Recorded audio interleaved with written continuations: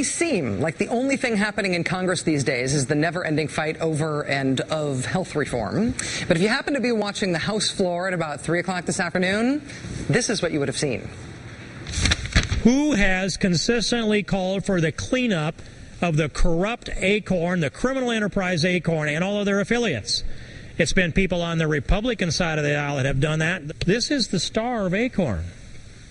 He is the lead chief organizer. He is the person who told the people at Acorn, I will invite you and we will be setting the agenda for America even before he's inaugurated as President of the United States. This is the man who worked for Acorn. This is the star of Acorn.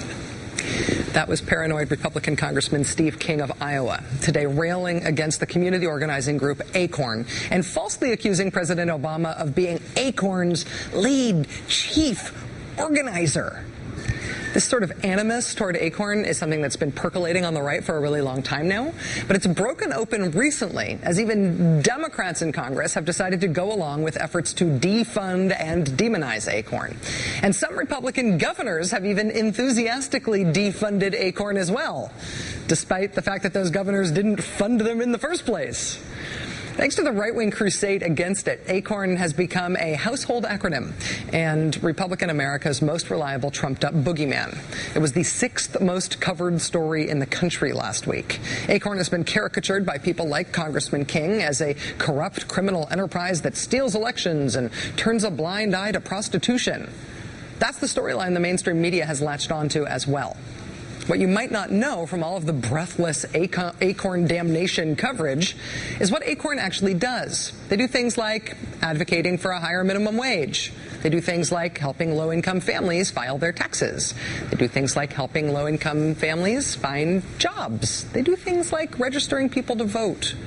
That sort of work, as you might expect, has the tendency to rile up the kinds of industries that really don't want the minimum wage to go up and really aren't that psyched about lots of poor people being registered to vote.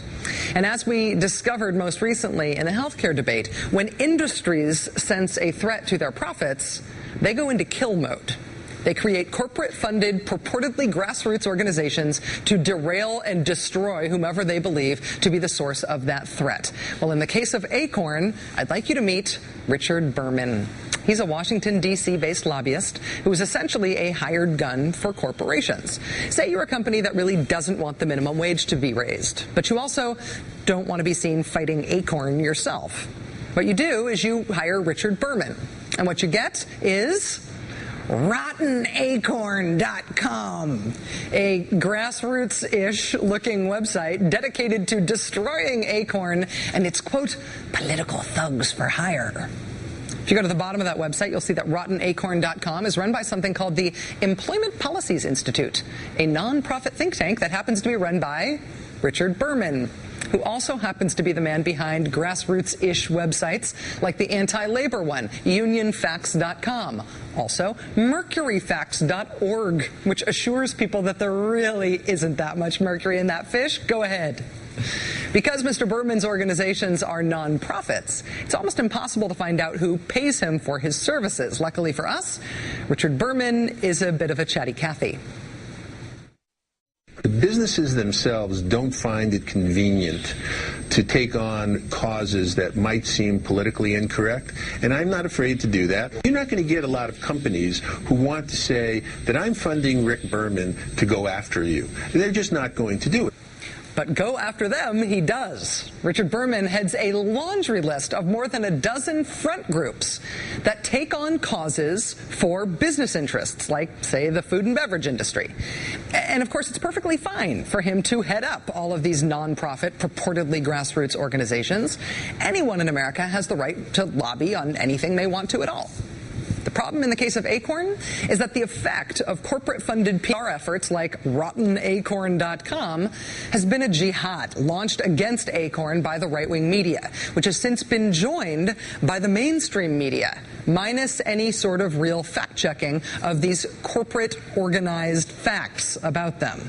A new study just released by a pair of university professors reveals the embarrassing extent to which the media has gotten the Acorn story really, really wrong. As groups like RottenAcorn.com bought full-page ads in the New York Times to hype Acorn's voter registration scandal, news outlets picked up the storyline and ran with it.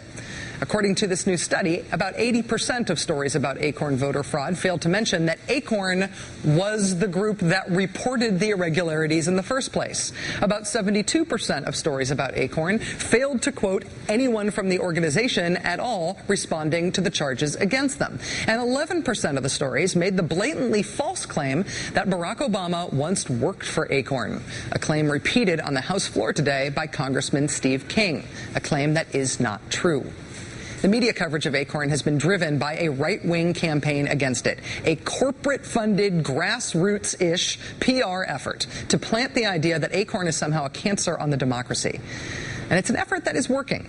Last week, Congress voted to cut off all federal funding for the group. Yesterday, the IRS severed ties with them altogether. Today, Acorn laid off all 8 employees that it had in the great state of North Carolina. The people who are paying Rick Berman for his work, those people who think that their profits are threatened by what Acorn does, they're getting way more than their money's worth, whatever they're paying Rick Berman. Joining us now is one of the authors of this new study, Manipulating the Public Agenda, Why Acorn Was in the News and What the News Got Wrong, Peter Dreyer. Professor Dreyer teaches politics at Occidental College in Los Angeles. Professor Dreyer, thanks very much for coming on the show tonight. Thank you, Rachel. Is there a connection that you can discern between the type of work that Acorn does and the people who started this campaign against them, which has now, of course, mushroomed into a national event? You know, Acorn's made a lot of enemies in the 40 years it's been doing organizing work in America's inner cities. Banks that they fought, insurance companies that they fought, low-wage companies that pay poverty wages, and companies that provide payday rip-off predatory loans. In fact, Acorn was the first group in the country to warn about the predatory lending. And if people had listened to Acorn, if the policymakers had listened to Acorn when they were warning about this, we wouldn't have the foreclosure and mortgage meltdown that we've had in the last couple of years. So Acorn's made a lot of enemies, and when they've registered voters in low-income neighborhoods, disproportionately those people vote for Democrats, although Acorn itself is nonpartisan. So the Republican Party in a lot of parts of the country has been against Acorn, and they've been trying to destroy Acorn for many years. Karl Rove, as we now know, was responsible for starting a campaign to try to get the U.S. attorneys to prosecute Acorn for voter fraud.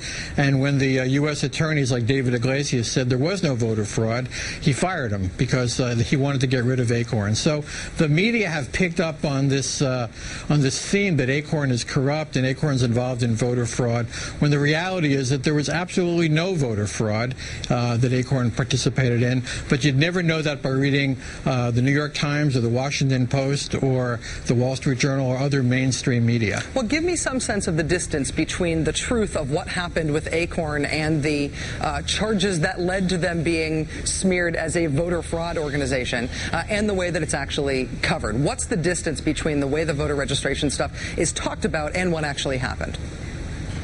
Okay, I'll give you an example. We looked at 600 stories, every story about Acorn, in 15 major media outlets. And what we discovered was that in almost all of those stories, voter fraud was the major theme. Acorn has been doing this grassroots organizing for 40 years, and they've gotten some attention, but the attention really peaked during the presidential election last year when John McCain and Sarah Palin attacked Acorn for voter fraud.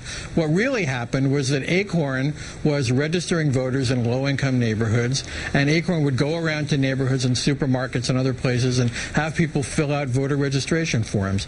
In a handful of cases, people would write phony names, for example, Mickey Mouse or Donald Duck, and whenever Acorn found that one of those forms had a phony name on it, they did what they were required to do by law, which is to report the abuse, report the problem. So when Acorn did that, they weren't engaged in voter registration fraud. They were following the law. But then what happened is that in many parts of the country, the Republican attorneys general and district attorneys would accuse Acorn of making those phony claims, of making those phony names, instead of saying that Acorn was, in fact, doing their job. So in almost every story about voter fraud, the mass media, not just the right-wing media, but the mainstream media, failed to report that Acorn was abiding by the law. It failed to report that not one person in this entire country voted who actually signed one of those forms in a misleading way. So there was absolutely